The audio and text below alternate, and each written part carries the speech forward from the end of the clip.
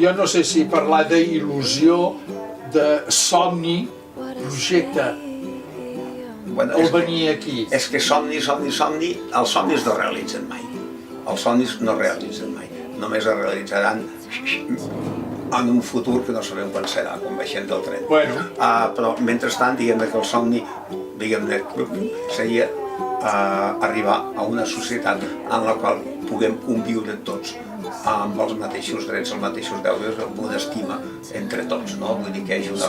Jo diria per partida doble. Primer, ells que no ens vegin com uns bitxos raros, prepotents, i que nosaltres acceptem tota molta diversitat que també ens enriqueix i que ens aporten aquí.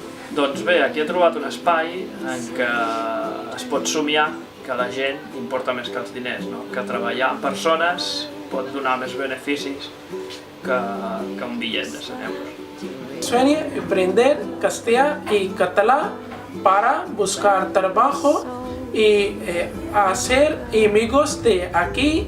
Sembla que l'entusiasme i l'interès que posen quan estem fent la classe i fins i tot quan acabem, que et feliciten i tot això, a mi m'omple molt perquè és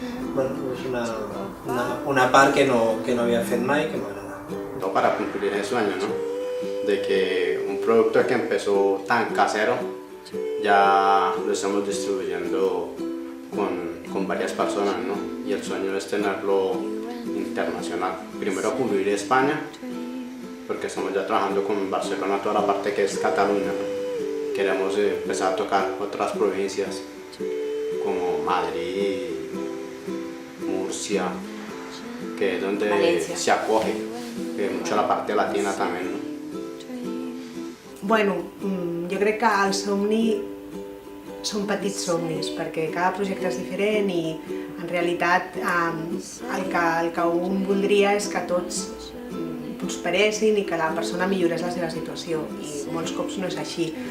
Per tant, cada cop que hem aconseguit que un projecte funcionés i que la persona estigués contenta i realment posés en marxa el seu petit negoci, el seu petit comerç, la seva petita botiga, i després veure que realment estan contents i han après el que ells hem una mica ensenyat i transmès amb el nostre suport, jo crec que per mi això és el somni de cada dia. Tampoc cal pensar una cosa massa gran, perquè crec que la gràcia d'aquest projecte és que són petites coses juntes que creen un impacte positiu.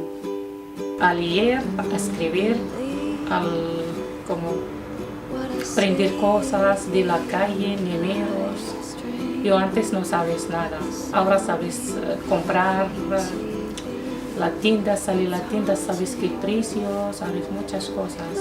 Que en gran part, gràcies a aquests programes, els diferents programes que fa Servei Solidari, en gran part s'ha realitzat aquest somni, gràcies a molts voluntaris, sobretot, que hi han posat molta carn a la graella perquè això pogués ser així.